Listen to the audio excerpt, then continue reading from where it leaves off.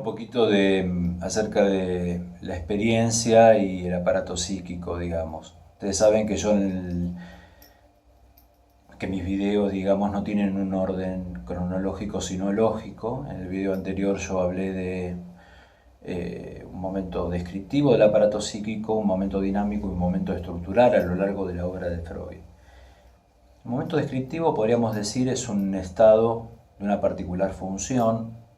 El momento dinámico es un estado un estado psíquico de una particular cantidad, y el estructural es un estado psíquico de una particular cualidad. Y dije en otro momento que lo importante es que el trauma y el factor económico a lo largo de la obra de Freud es una constante. Entonces, la cualidad de la cantidad, eso se va a ver más adelante. Cuando hablamos de la neurosis de defensa, de la histeria de defensa, en algún otro momento vamos a poder hablar en profundidad de cómo nace la primera tópica, inconsciente, preconsciente, consciente. Grupo psíquico separado, todo lo que Freud conceptualiza para sostener lo que le presentaba a la época a la comunidad médica. Lo inconsciente, lo preconsciente, lo consciente, el yo, ¿no? Es un estado psíquico, es una función psíquica, es un lugar en lo psíquico. Eso lo vamos a ver a lo largo que vayamos atravesando los distintos momentos conceptuales, digamos, de la obra de Freud y de Lacan. Entiendo de que para cada noción hay un momento determinado, es decir, de estado, de función, de lugar. Recién decía, o en otros momentos decía, que el aparato psíquico está hecho de representaciones de las marcas que dejan las escenas y las vivencias, digamos, ¿no? Pues, por ejemplo, si te peleas con tu novio y no le podés determinar de decir todo lo que querías decirle, bueno, esa escena, esa vivencia deja marcas. Hay algo ahí que a lo mejor aparece interceptado, no puesto en palabras, no descargado, no habrá accionado por la palabra, crea como una bronca ahí, una impotencia, una frustración, ¿no?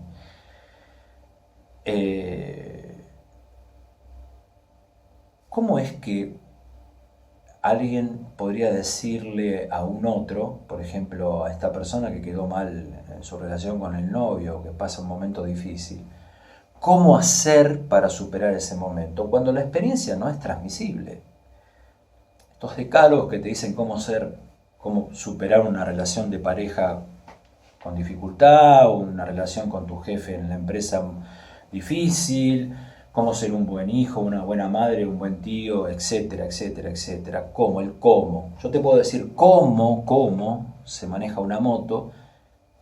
Te escribo el decálogo, los 10 ítems, los 20, los 50 ítems, pero a la hora de subirte a la moto es muy probable que no te vaya bien, digamos, si nunca estuviste arriba de una moto.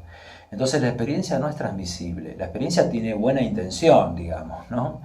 En ese sentido siempre hay un resto. Entonces, ¿cómo es, digamos, la transmisión del psicoanálisis, ¿no?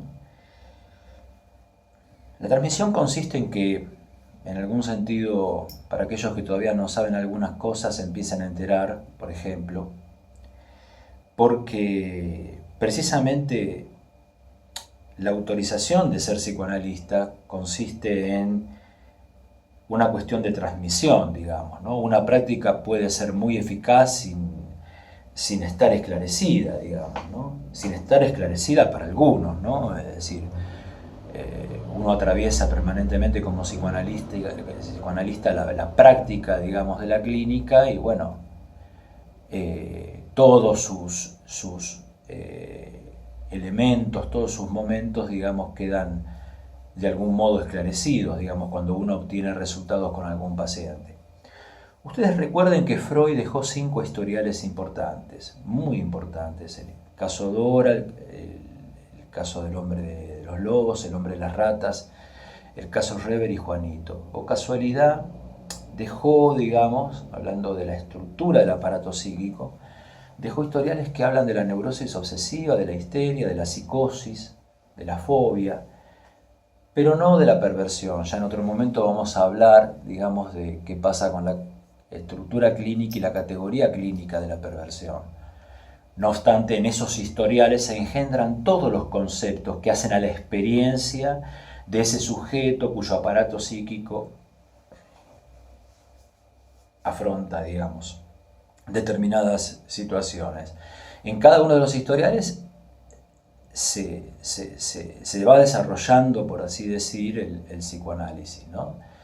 En cada uno de esos historiales aparecen, digamos, rasgos perversos, pero no hay un historial, digamos, que dé cuenta de la cuestión de la perversión, digamos, ¿no? La cuestión de las perversiones es todo un tema y complica tanto a la psiquiatría como a la psicología y al psicoanálisis. ¿Ustedes saben por qué los psicólogos no medicamos? Más allá de las cuestiones legales, institucionales, de los alcances, digamos, del quehacer, del profesional. No medicamos porque la aceptación de uno mismo, el reconocimiento del otro, hacer de la experiencia del silencio una experiencia de la palabra. Recuerden que Freud puso la palabra en el centro de Freud y Lacan puso la palabra en el centro del dispositivo analítico. Poder respetar al otro, incluirse en el lazo social, etcétera, etcétera, no vienen en pastillas. Entonces, en ese sentido, digamos, por eso no medicamos, ¿no? Vamos a seguir hablando acerca de este tema. Dijimos algo de la cuestión de la experiencia. Ustedes saben que de la experiencia se aprende, entre comillas. La palabra aprendizaje, aprender, hay que hacer un esfuerzo muy grande por tratar de introducirla dentro del discurso, del campo psicoanalítico. Igual que la palabra personalidad, persona, individuo, etcétera, digamos. Por eso yo en su momento dije que hay que justipreciar las palabras, hay que refundir las palabras etimológicamente para tratar de darle un cuerpo, digamos, lo más objetivo posible en un contexto, digamos, científico posible, ¿no? Les quería dejar una pregunta, digamos. Le voy a hacer un comentario mejor respecto de... La pregunta la voy a decir ahora en unos minutos. Luis Ferdinand Céline, dice que la experiencia es una lámpara tenue que ilumina solo al que la sostiene. Entonces, en ese sentido uno podría decir todo lo que vengo diciendo en este video de la experiencia, ¿no? Es muy difícil transmitir la experiencia. Y en el psicoanálisis, para transmitir la experiencia, uno tiene que ser analizante. Es decir, los tres pilares del psicoanálisis, ¿no? La formación teórica, el propio análisis y la supervisión clínica. Supónganse una situación así, digamos, estamos en una isla desierta, absolutamente desierta, no muy grande, hay 5 leonas y 5 leones. Los dejamos, volvemos a los 2 años, al año, ¿qué encontramos? Sacamos a los leones, lo más probable es que encontremos leoncitos, ¿no? Sacamos a los leones y a los leoncitos y ponemos 5 hombres y 5 mujeres en la misma isla, también desierta, porque ya los leones no están.